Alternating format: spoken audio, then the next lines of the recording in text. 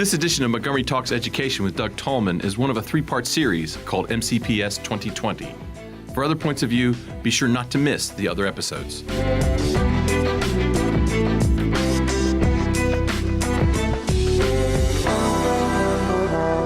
Welcome to Montgomery Talks, our regular podcast on Montgomery County issues. And our guest today is Jack Smith. He's worked for the State Department of Education. He was a principal in Tokyo. He's also worked in the Calvert County school system. And on July 1st, 2016, he became Montgomery County's school superintendent. Welcome, Dr. Smith.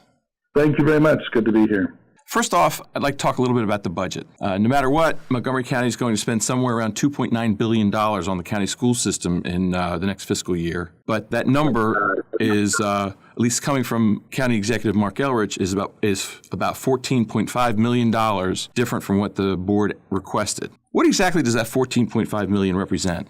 Well, it represents the extension and the acceleration of a lot of the work we've been doing around equity, around reducing guidelines for class size, both at our schools with high levels of poverty and our schools with lower levels of poverty. It involves summer programming and after-school programming. It involves additional support for ESOL programs, special ed programs, counseling, student well-being. And so a lot of it is staff. Almost 92% of our costs are staff costs. And so it's both the staffing and the equipment and materials to operate those programs.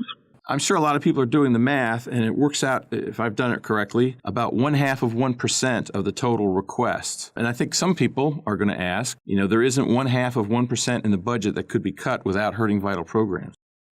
Well, absolutely, we cannot do these things, but it's imperative that we keep moving forward, and I believe incremental increases make a lot more sense. And then you always have to consider that we have to reserve $25 million right now for next year. So starting July 1, the first $25 million of our budget will be money we reserve from this year. We'll have to do that same thing next year. And so when you do the math around that, what you actually have is a kind of de facto reduction if you're not getting, that level of funding. And then we also have increased expenses, both for growth and because the cost of doing business just increases over time. So even though we're talking about a relatively small amount of money, it's a lot of money when you consider it comes directly from our taxpayers and the impact on them as they pay their taxes. And it's a relatively small amount of our budget. It does allow us to do some of the extra things that we want to need to do as an organization and to keep growing our efforts around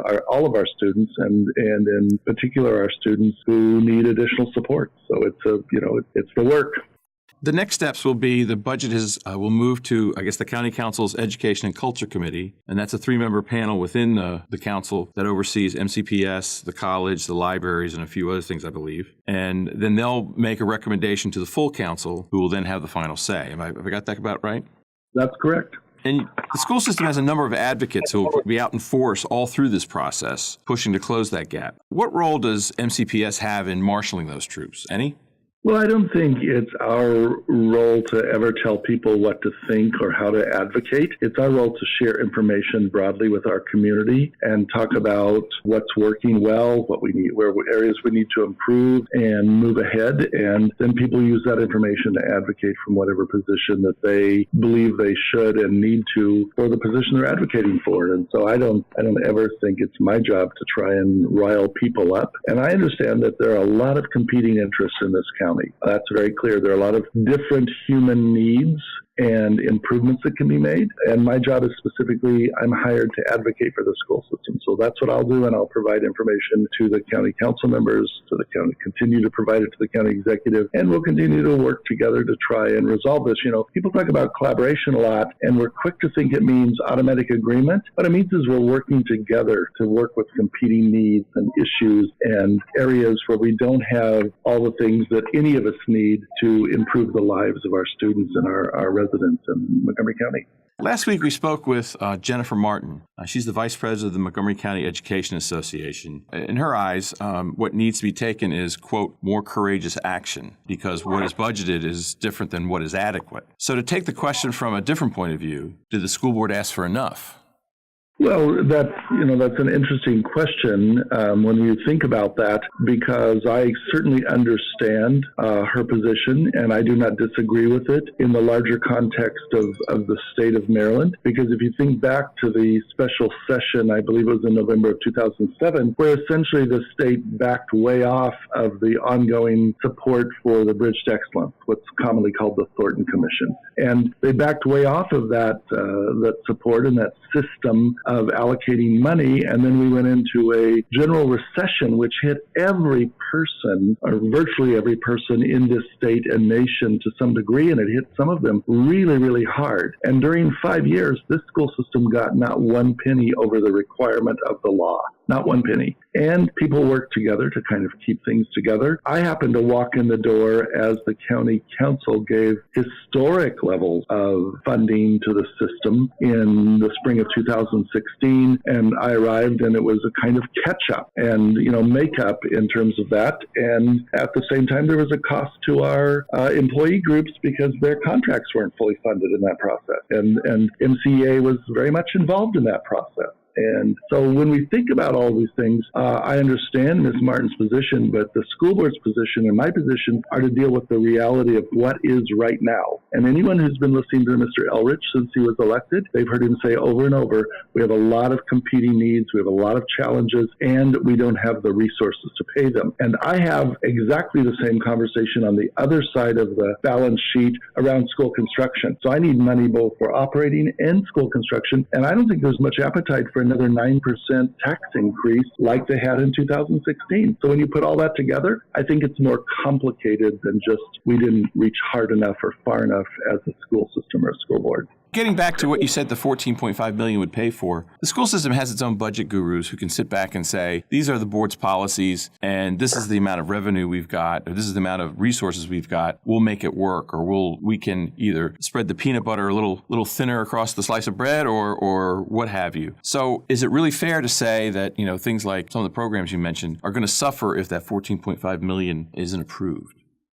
I'm really glad you asked that question because I want to be very clear. What I said is we can extend, we can expand, we can accelerate. We're not going to stop doing the things we're doing right now. This is new work and would be new staff positions and additional services we could provide in the area of special education services, ESOL services to our highest poverty schools. So you're absolutely right. It's not about, I'm never a person who says, well, let's cut the football team so we can get people riled up. That's not it. But these expansions and extensions, we work very broadly with lots of stakeholders in the community as we build the budget about things we want to do. One of the examples, for example, is we've put in several dual language programs in the last few years. This year we wanted to put forward a pilot around language exploration in schools that aren't going to have dual language programs, or in schools where there are one-way immersion programs, and we can spread services to all the students in school who may not be in that one-way immersion. So that's the kind of extension we're talking about, and that was a real interest in the part of our many members of our community and our budget stakeholder group about extending that language opportunity. So when we say this, we won't stop the things we're doing, we just won't be able to extend or expand as much or as fast as we had hoped to around these things.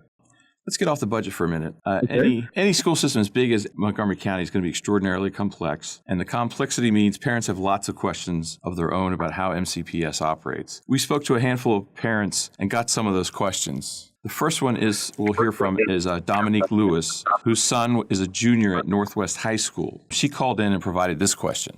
My biggest concern is safety, not that there have I've noticed any safety concerns, but with all, the things that have been happening across the country in schools, I think my biggest concern is just what precautions or steps are being taken to, unfortunately, prepare for this. Because, we all hope that it never happens to us and to our children. But as the news tells us, it can happen to anybody and anywhere. Dr. Smith, are MCPS kids safe? Well, I think Ms. Lewis's question is one of the most compelling questions in our society today, and I certainly understand why she feels the way she does, and I completely get that. And we have embarked 2 years ago almost 3 years ago on an effort to review all of our schools. So we're looking at the physical structure. We've looked at the use of cameras and equipment and technology for that. We've looked at visitor management systems. We've looked at the supervision within the school building by the adult, being aware, being in the moment, being in the right place all the time, because the vast majority of our students and our residents do the right thing. But she is absolutely accurate. It can happen anywhere, and we have to be vigilant. So we've done a lot of the physical safety around the physical structure and the supervision and the monitoring and the care for students in schools. We've also upgraded significantly our rechecking of staff members so that we are redoing fingerprints that are now old to see if they pick something up. We're also redoing Child Protective Service background checks.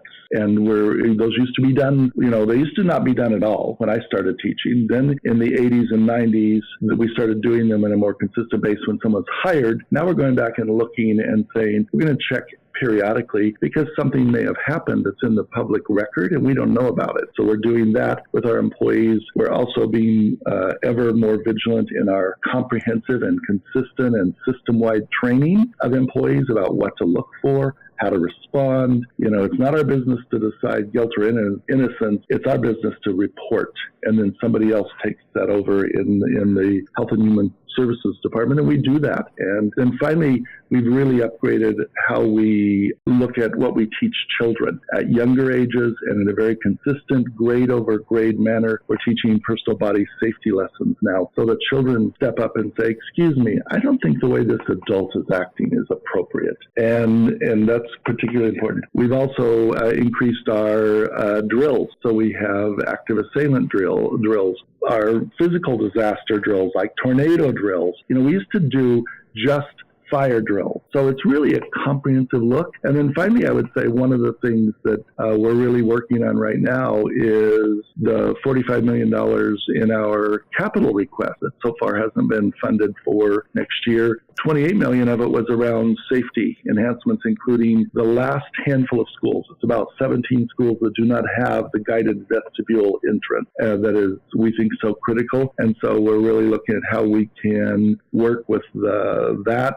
situation and continue to upgrade and make sure that all of our schools have guided vestibules within the next couple of years. And we've done a lot in the last 2 years, but we still have a ways to go with those schools. And of course, new schools are built with those. So it's a very comprehensive look. And, I would say as a parent of 5 adult children, my children were all in school when Columbine happened. And I was a school principal. It changed my entire worldview when that happened as my children went through school. And now I have 6 grandchildren in Maryland and 2 other states. So I think about this on a personal, professional level and on an MCPS level all the time. I just want to take a step back because you mentioned about double checking employees. You hired, I believe the number was in the ballpark of 1,000 teachers at the start of the school year. Yes. Each of those teachers went through a background check, correct? Yes. Now, were those background checks completed before they were in the classroom?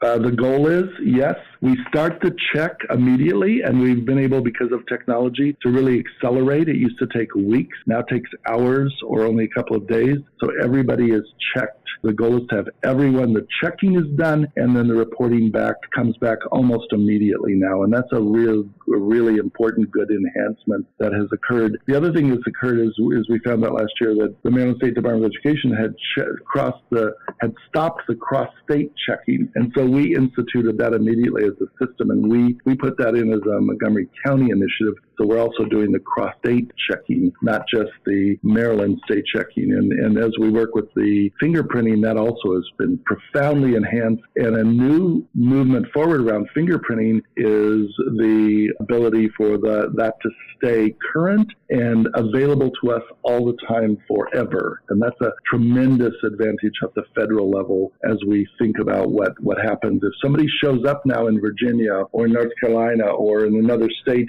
next weekend, we'll know about it next week. So those are the sorts of changes that I think help us continue and improve our ability to take care of the children that we serve. I find it interesting that you use the phrase, it's the goal to do this. And so I just want to restate the question. Were there any teachers in classrooms at the start of the school year, freshly hired, whose background check hadn't been completed by the time the first day of school occurred? No, the background check is completed. Okay. And then it's our goal to have that information before the first day of school. So if we don't let someone report to a school without that check being done. But as I just shared with you, we are dependent on a vast number of different agencies and organizations to do their job well, too. Mm-hmm. We've been talking with Dr. Jack Smith, Superintendent of Montgomery County Public Schools. I'm Doug Tallman, Senior Reporter at Montgomery Community Media. We're going to take a short break.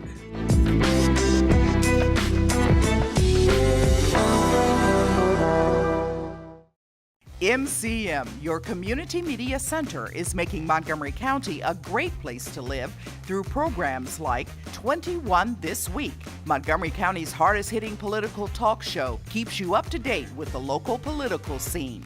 Montgomery Community Media. Our middle name is Community.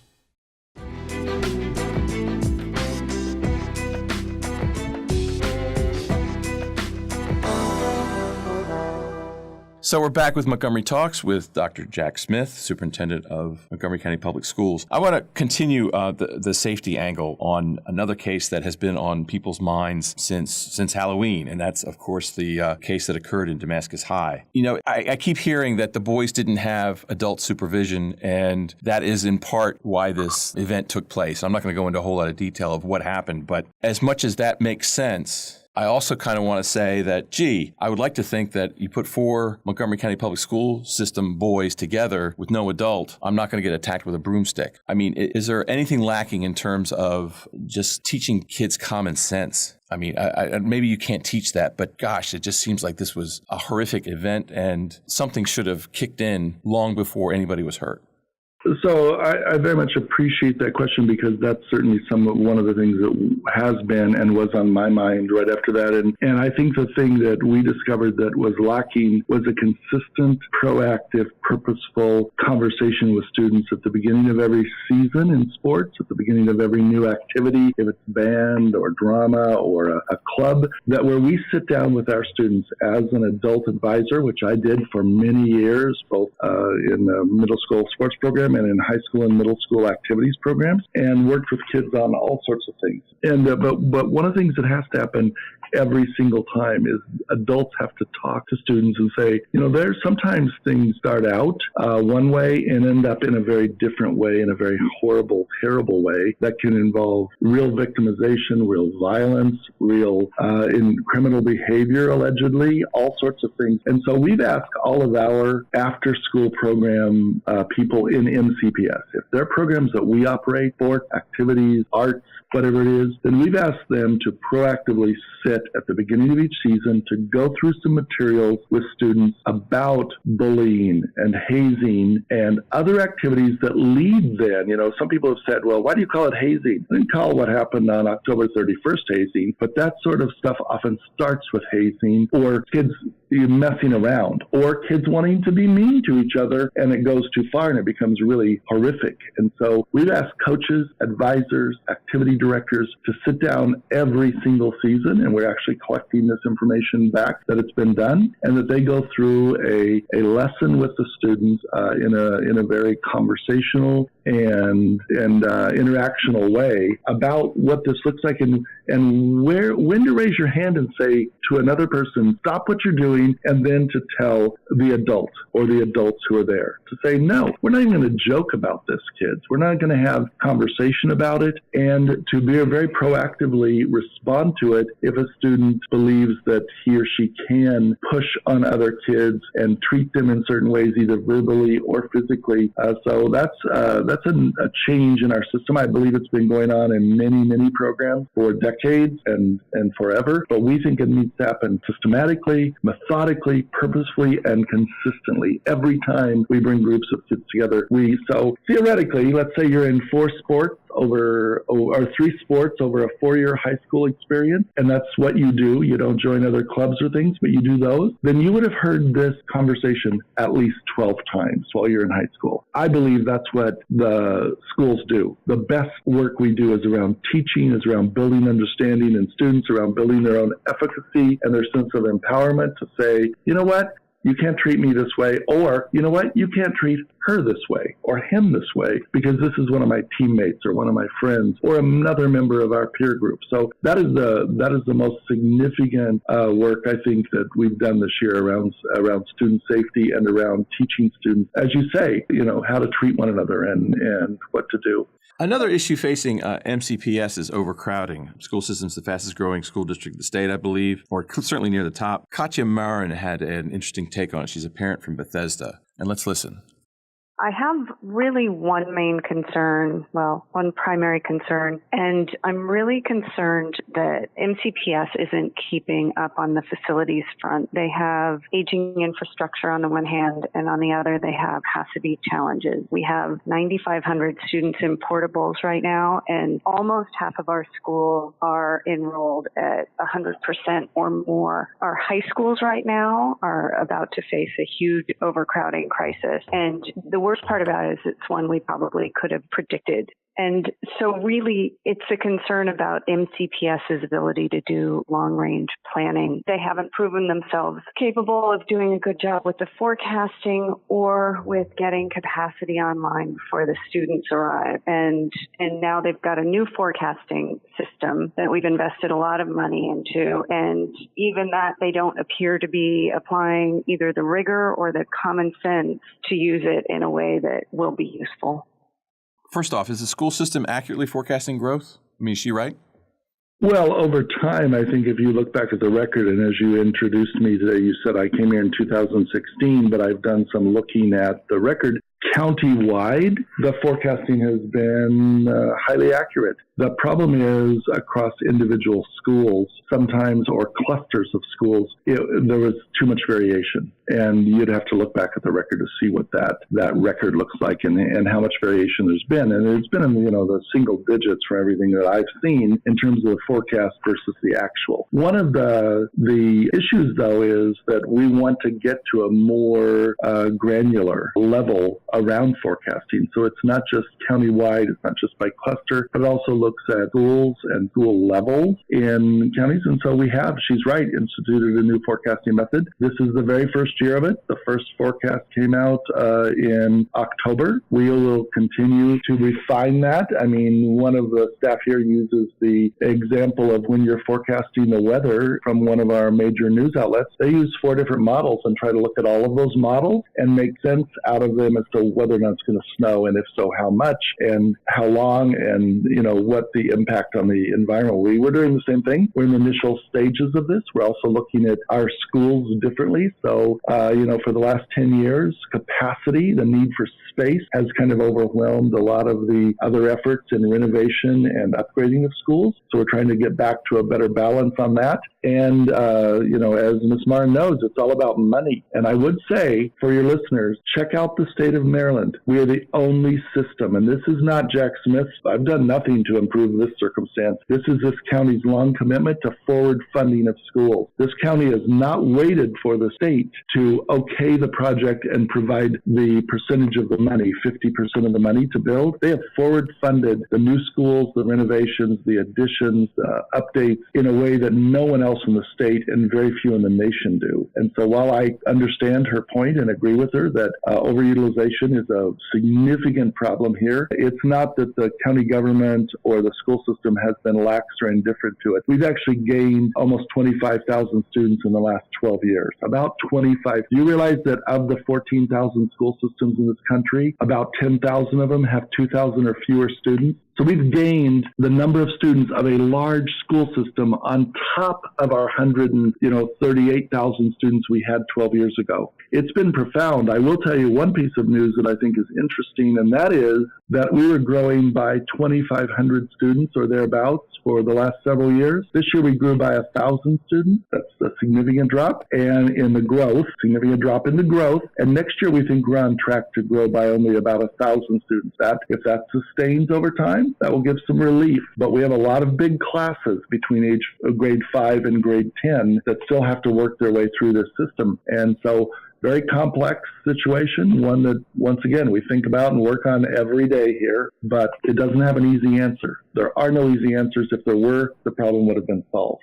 One of the programs that's taking place in the school system right now is the countywide effort to redraw school boundaries. We're in the early days of this project. There was a hearing earlier this month where the public could weigh in on their thoughts on what factors an outside consultant can use to draw new boundaries, correct? Yes. Why use an outside consultant?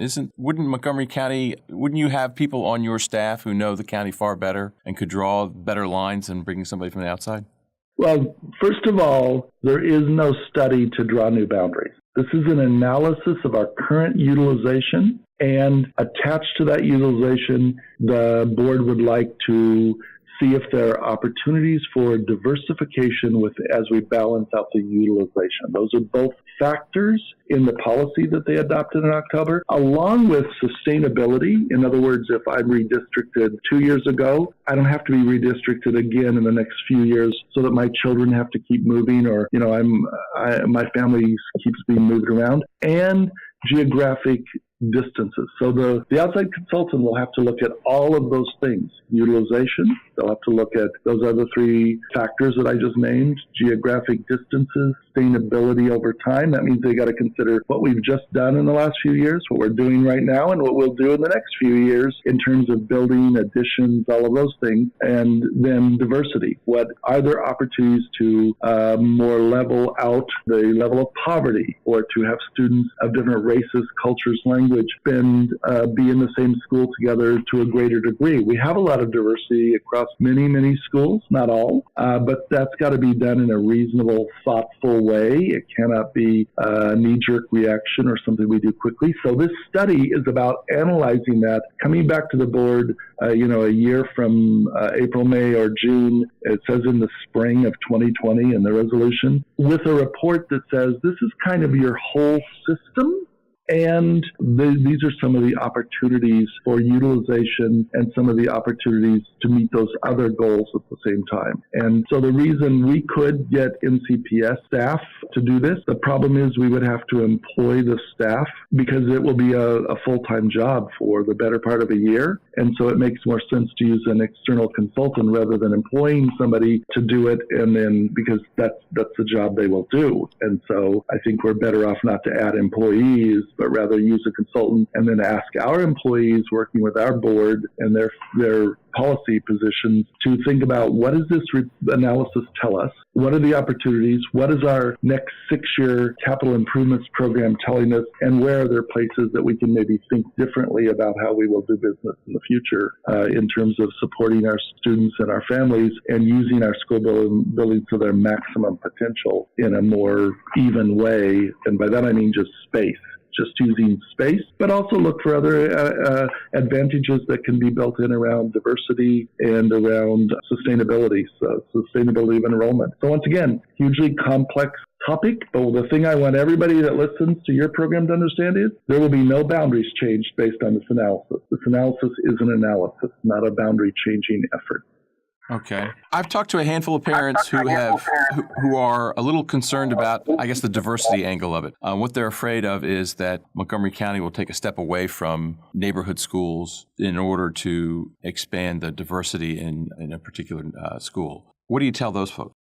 Well, I think the key here is where are there opportunities within neighborhood schools and communities to bring about greater diversity and better utilization of schools. We have a great number of schools. If you drive across this county as much as I do, you see those green signs on every corner. And sometimes you will see 3 of them within 4 blocks. And so I think we look for opportunities where they exist, but the idea that we would move children from Silver Spring to Clarksburg or from Germantown to Bethesda, the resources that would take and the time away from learning and away from playing and away from recreation and family would be unreasonable. And so we've got to look for opportunities that make sense and then bring about better utilization, greater diversity of income and race and culture, where the opportunities present themselves in this analysis.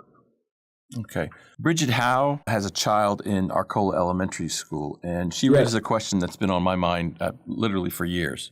My concern about the disparities in outcomes between different races and socioeconomic groups is that it reflects a long time opportunity gap. And I want to really understand what the school system is doing to address that. I actually was a Tacoma Park magnet student myself 30 years ago, 35 years ago. And when it was first started as a way to address that gap, and we have the same problems now when I have a child in the school system. But that's really also related to the segregation in our schools, which is my other concern, which is that we see a real inequality in opportunity between students get in school in the W school, so to speak, and then schools, for example, in the Down County Consortium or Watkins Mill High School, where I graduated from. And there's a lot to unpack there about what the challenges are and what the potential solutions are, but I feel like that's work that's important. We've been talking about the achievement gap in this county for literally decades. She mentions she was part of an effort to try to improve the achievement gap when she was, I guess, in middle school. So what needs to be done, what can be done, and what should we expect? Well, there's a lot of work still to be done. Work has been done over the decades to improve that circumstance, and that improvement has a lot of variability, and it is very uneven when you look at it. But you can find areas in Montgomery County and the state and in the nation where there has been considerable improvement. And so what you have to do is take a more fine-grained look at it. So let's start, for example, with Arcola, the school she referenced. We're moving with Arcola and Nix to a longer school year, because there are high levels of poverty in those schools. And we know research is clear. In fact, I just walked out of a meeting before I started talking to you on the phone where we were looking at our extended learning opportunity programs in the summer. You see some real advancement with some programs like ELO SAIL, and the learning opportunity around reading and mathematics. So by extending the school year at Arcola and Roscoe Nix elementary schools, we know that is a real access opportunity and achievement effort. And we need to do that at more schools, and we need to really look at the amount of time and resources that we provide. Montgomery County has been a leader in providing differentiated resources to schools. We need to do more, frankly. And people say, well, we can't lose the excellence, and they're absolutely spot on, because if you lose the excellence of the school system and what works for so many students in every single school in this county, then you don't ever get to equity, because there's no such thing as mediocre equity. You've got to have high levels of excellence across your school system in order for all children to take advantage of that and have that. I'll talk to you about the most current thing that we're working on. In fact, it's going to launch here in a couple of weeks, and then all the information behind it. We've been working on what we call evidence of learning for 2 years, and that's a way to know using multiple measures, classwork, tasks across a grade level, assessments, internal and external and classroom-based, to use multiple measures to see how students are doing and how individual students are doing and how student populations are doing. That's a critical part of the infrastructure. We have that built. We'll always keep refining it, but it's built. We've also changed the school improvement planning process to focus much more on 5 focus groups of students. And those students are African American students in poverty, not in poverty, Hispanic students in poverty and not in poverty, and all other students, white, Asian, students of multiple races in poverty. So we've covered poverty and we've covered our students of color. Now people will say, why aren't you talking about Asian and white students in this? We do. We monitor their progress. If you look across our schools, in virtually every single school, the Asian and white students who are not in poverty in Montgomery County are meeting or exceeding the 90% of the measures. They are, and certainly we want to, if it's 94%, we're going to find those other 6 students out of every 100 in a school. But this is about the disparities that exist, and that's what her question was about. So in a couple of weeks, we're going to launch the 3rd piece of this work. The first piece was evidence of learning. It gives us the tools to use. The second piece is what happens in the school building to specifically, intentionally, purposefully meet the needs of students in that school building, especially those where the student population is experiencing a disparity. This part is called the equity accountability model, and this will be the ability for all of our staff, all of our stakeholders, all of our families and parents, our county government, to look at each school and see what is the disparity for African American students not in poverty in this school? What is the disparity for Asian, white, and students of two or more races, or other students experiencing poverty? What's their disparity? Hispanic students, both in poverty and not in poverty. Because people want to talk often about, well, it's poverty. We got to solve poverty. In my lifetime, and I'm, 61 years old, I don't think we're going to see income equality. And certainly the school district isn't going to bring that about. So what's our responsibility as a school system to make sure that every student and every student population has access, opportunity, and gets to high levels of achievement. And that's what this next set of measures is about, and it will help schools really hone in on their work and their school improvement planning process. It'll help them understand that there are students of every race, culture, income level, background, language that are achieving at the highest levels in every school. But not all students. And when we look at those different characteristics of student populations, there are disparities among those groups of students. So when people say, is it race? Absolutely. Does poverty have an impact on that? Absolutely. Do they sometimes intersect? Absolutely. We've got to pay attention to this, and we've actually got to take action on it. And I could give you, we don't have the time right now, but I could give you lots of factors where we're making tremendous growth, like access in pre-K, like increased numbers of students completing Algebra 1 successfully by the end of 8th grade, over 3,000 more in the last 2 years, especially students of color and students in poverty, like a couple thousand more students from those student populations in the most rigorous high school program. That's the way we'll make growth. What happens in the school is where the learning happens, but we've got to know and we've got to pay attention to the results and then act on them. We can't just keep accepting that this is the way it should be, because it doesn't have to be this way if we do our work. Well, I think on that note, it would be a good time to wrap up. Thank you, Dr. Smith, for being with us. This has been Montgomery Talk. Don't miss the other podcasts in the Montgomery Talks Education MCPS 2020 series, featuring Montgomery County Parent-Teacher Association Vice President Laura Stewart and Montgomery County Education Association Vice President Jennifer Martin. And join us next time for Montgomery Talks.